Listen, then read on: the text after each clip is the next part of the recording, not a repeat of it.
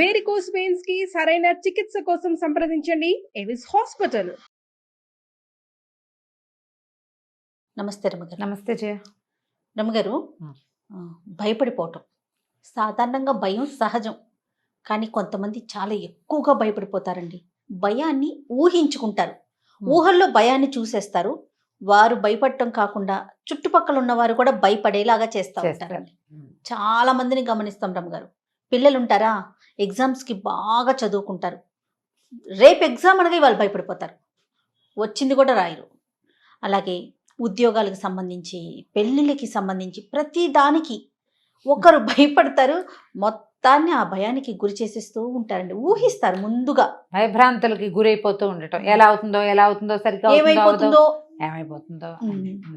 ఇప్పుడు నువ్వు భయపడినా భయపడకపోయినా రోజు ఆగదు, ఆ విషయం ఆగదు. అంతే కదా కదా. దీనికి ఎట్లా అంటే బేసిక్ థింగ్స్లో కొంత మార్పు రావాలి జయ. వాళ్ళు అది ఎలా అవుతుందో అని భయపెడుతూ ఉంటే మిగిలిన వాళ్ళు వాతావరణాన్ని కూల్ చేయడానికి ట్రై చేయాలి. కరెక్ట్ రమ్మగారు, ఇది ఇంకొకరికి ఆజ్యం పోయకుండా చేయాలి. చుట్టుపక్కల వాళ్ళంతా వీళ్ళ భయాన్ని తగ్గించే ప్రయత్నం చేయాలి. పిల్లాడి పరీక్షలు, నువ్వు టెన్షన్ పడతావా అని అడగకూడదు. నీకు అన్నీ వచ్చినాయి కదా, నీకు ఇది వచ్చింది, నీకు ఒకసారి చెక్ లిస్ట్ పెట్టుకో, అన్నీ వచ్చినాయి రాలేదు, వచ్చేసినాయి, నువ్వు హ్యాపీగా రాయగలుగుతావు, నీకు వచ్చేసింది, కనీసం 80 పైన వస్తాయి నీకు అని చెప్పాలి. వాడు నువ్వు టెన్షన్ ఫీల్ అవ్వకొని టెన్షన్ అని 10 సార్లు వాడికి ఆ పదం అందిస్తే వాడు టెన్షనే ఫీల్ అవుతాడు. అందిస్తాం కదా మనం, అదే చేస్తాం. కరెక్ట్గా టెన్షన్ పడి పాడు చేస్తావా పరీక్ష అని ప్రశ్నిస్తాం. నువ్వు టెన్షన్ పడకు నాన్న అని ఒకటి, టెన్షన్ పడి పాడు చేయకు అని ఈ టెన్షన్ పదాన్ని టెన్షన్గా అందిస్తాం మనం. తల్లులు బాగా చేస్తారు ఈ పని. ఈ పాట అనకూడదు. ఓకే, భయపడకు అనద్దు. ధైర్యంగా ఉండు. ధైర్యం ఆంజనేయ స్వామిని తలుచుకో అని చెప్పడం అలవాటు చేయాలి.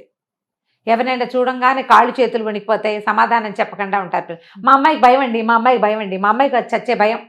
నువ్వే 100 సార్లు భయం అంటే భయపడి వస్తుంది, అది పాపం. మా అమ్మాయి అలా కాదు, మనమే దగ్గరుండి ఏంటో అన్నిటికీ భయపడుతుంది మా అమ్మాయి అని అనకూడదు. మనం ఒక బ్యాడ్ ప్రాక్టీస్లో ఉంటాం జయ. నేను రెగ్యులర్గా వింటాను, మా అమ్మాయికి బద్ధకం, మా అమ్మాయి సుకుమారంగానే ఉంటానంటుంది. అది మనం ఏది చెప్తే ఫిక్స్ అవుతారు. దానికి కొంచెం ఉంది, నువ్వు పెంచుతావు దాన్ని. అదే పదం అందించి పెంచద్దు, అందించద్దు. తర్వాత పెద్దవాళ్ళు అయ్యాక ఏదైనా చిన్న ఫంక్షన్ పెట్టుకుంటారా, అవతల వెళ్ళిన ఫంక్షన్, ఇవాళ నుంచి వెళ్ళే టెన్షన్ ఎలా అవుతుందో ఏమైపోతుందో.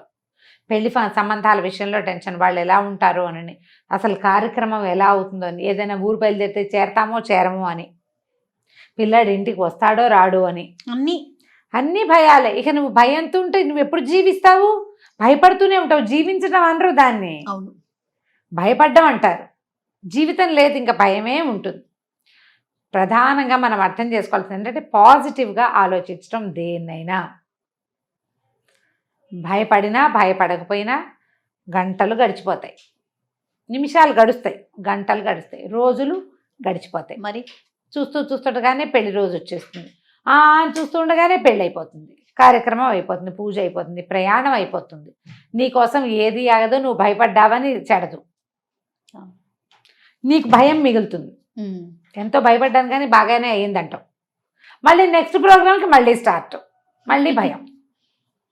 భయాలు పోగొట్టుకోండి. ముందు టెన్షన్, ప్రెషర్ డెవలప్ అవుతుంది లోపల.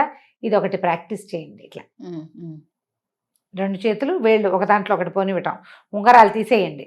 ఉంగరాలు ఉంటే నొక్కుపోతాయి. ఇట్లా వేలు దూర్చామా, ఇదిగో ఇది ఇట్లా. మామూలుగానే మనకి టెన్షన్ ఉన్నప్పుడు చేతులు పిసికేసుకుంటున్నాడు అంటారా, ఆ పిసికేసుకోవడం ఎందుకే, అసంకల్పిత ప్రతీకార చర్య, ఆటోమేటిక్గా వెళ్ళిపోతుంది. ఇదిగో ఇలాగా చేస్తే కొంచెం ప్రెషర్ తీరుతుంది. చక్కగా గాఢంగా ఊపిరి పీల్చుకోండి. బాగా ఊపిరి తీసుకో 4-5 సార్లు చెప్పండి పక్క వాళ్ళకి. గాల్లో కూర్చుందాం, కాస్త వేడిగా టీ తాగుతావా, కాస్త కాఫీ తాగు, మీకు మీరు చెప్పుకోండి. ఎవరు లేరు, మీకే భయం వేసేస్తుంది. ఈ చేతులు చేయండి. వెళ్ళి బాత్రూంలోకి వెళ్ళి కాస్త కాళ్ళు చేతులు మొహం కడుక్కోండి. కాళ్ళు కడుక్కుంటే చల్లబడుతుంది ఒళ్ళు, బ్రెయిన్ చల్లగా అవుతుంది.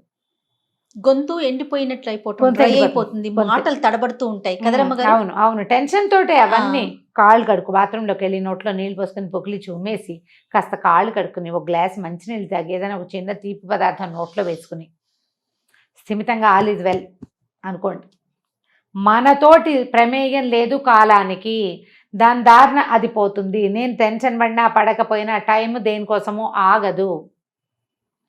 పాజిటివ్గా ఉంటాను నేను ధైర్యంగా ఉంటే నేను కూడా కాలంతో పాటు నడుస్తా. భయపడితే నువ్వు నుంచుంటావు, కూర్చుంటావు, చతికిలు పడిపోతావు, ఎక్కడో చోట మూల కూర్చుంటావు, చీకట్లో ఉంటావు, వెలుగులో ఉండవు. నువ్వు కాలంతో పాటు నడవాలి. నువ్వు నడవకుండా నువ్వు నుంచుంటే ఎట్లా? నువ్వు ధైర్యంగా ఉన్నావు అనుకో, నువ్వు కూడా నడుస్తావు దాంతో పాటు. అప్పుడు కదా నువ్వు జీవించినట్టు. అవును, కాలంతో పాటు నడిస్తే, గడియారంతో పాటు తిరిగితేనే మనం జీవించినట్టు. మనం ఒక చోట మూల ముడుచుకుని కూర్చునిండిపోతే నడిచినట్టు కాదు, బతికినట్టు కూడా కాదు. బతకండి. బతకాలంటే లోపల ధైర్యం కావాలి. ప్రధాన పాయింట్ అదే. అంతే. మన కోసం ఏదో ఆగదు. ఎందుకు మనకు భయం? భయంగా ఉంటే ఎవరికైనా ఫోన్ చేసి మాట్లాడండి. ఇప్పుడు అవకాశాలు ఉన్నాయి కదా. అమ్మకు ఫోన్ చేయొచ్చు, అమ్మమ్మకు ఫోన్ చేసి అత్తయ్యకి చేయొచ్చు, ఎవరైనా ఫ్రెండ్స్కి, పక్కింటి ఆంటీ మనకు ఫ్రెండ్లీగా ఉంటుంది, ఆవిడతో మాట్లాడండి. చక్కగా మొక్కలు ఏమైనా ఉంటే 4 మొక్కలకు నీళ్లు పోయటము, 2 పువ్వులు కోసుకోవటము, అలాంటివి చేయండి. ఏదైనా చేతులతో చేసే పని చేయండి. చెక్కలు, చేగోడీలు అలాంటివి చేసుకుంటే సాయంత్రం తినడానికి టిఫిన్ ఉంటుంది, భయం తగ్గుతుంది. అవును, చేత ఇట్లా చేయాలి కదా, గవ్వలు చేయాలి. ఈ పనులతోటి ఏమవుతుందంటే యాక్టివిటీ వచ్చేసరికల్లా బ్రెయిన్ కొంచెం కూల్ అవుతుంది. ధైర్యంగా ఉండాలి. చాలా ప్రధానమైనది ఏంటంటే మనం ఎంత పాజిటివ్గా ఉంటామో అంత పాజిటివ్గా పనులు అవుతాయి. ఎక్కడో చోట నెగిటివిటీ ఉండనే ఉంటుంది. లేకుండా ఎట్లా? రోజులోనే సగం చీకటి కాదా మనకి? సగం చీకటే కదా. తెల్లారగానే ప్రత్యక్షమయ్యే సూర్యనారాయణమూర్తి సాయంత్రం అయ్యేసరికి వెళ్ళిపోతాడు. కొన్ని పనులు కాస్త ఇబ్బందికరంగానో అవుతాయి, అవవు, ఆగిపోతాయి. న్యాచురల్, అదంతా సహజమైనది. రోజుని ధ్యాసలో పెట్టుకోండి. అంత అత్యద్భుతమైన డేలో సగంది చీకటే, సగం నెగిటివిటీ కనపడుతోంది. ఇది కూడా అంతే. రాత్రి నెగిటివిటీ అని అనుకోవద్దు, సగం చీకటి కదా. ఇది కూడా అలాగే. అయితే అవుతుంది, లేకపోతే లేదు. అయితే ప్రాపర్గా చేద్దాం. మనం ధైర్యంగా ఉండి దీంతో పాటు నడుద్దాం. ఒకవేళ ఏదైనా సరిగ్గా అవలేదనుకోండి, మీరు నిరాశావాదులయ్యి, కుంగిపోయి, కునారిల్లిపోయి, లొంగిపోయి ఉంటే మీరు తర్వాత అది హ్యాండిల్ చేయలేకపోతారు కదా. అవును. అందుకని మీరు ధైర్యంగా ఉన్నారనుకో, సిచ్యువేషన్ మారినా మీరు హ్యాండిల్ చేయగలుగుతారు. మిమ్మల్ని ఎవరో ఒకళ్ళు హ్యాండిల్ చేయక్కర్లా. ప్రతివాడు తనని తను హ్యాండిల్ చేసుకుంటూ తన ప్రపంచం మొత్తాన్ని హ్యాండిల్ చేసేలాగానే ఉండాలి, ఆడా మగా కూడాను. అప్పుడే తర్వాత నెక్స్ట్ స్టెప్ తీసుకోగలుగుతాం. లేకపోతే ఒకచోటే ఆగిపోతాం. మన ఈ 100 ఏళ్ల జీవితంలో ఎన్ని ఆటుపోట్లు వస్తాయి? సముద్రం ఆగుతుందా? ఆగదు. ఒక అల అదొచ్చి కొట్టుకుంటుంది, రెండోది తయారైపోతూ ఉంటుంది. జీవితం అంతే కదా.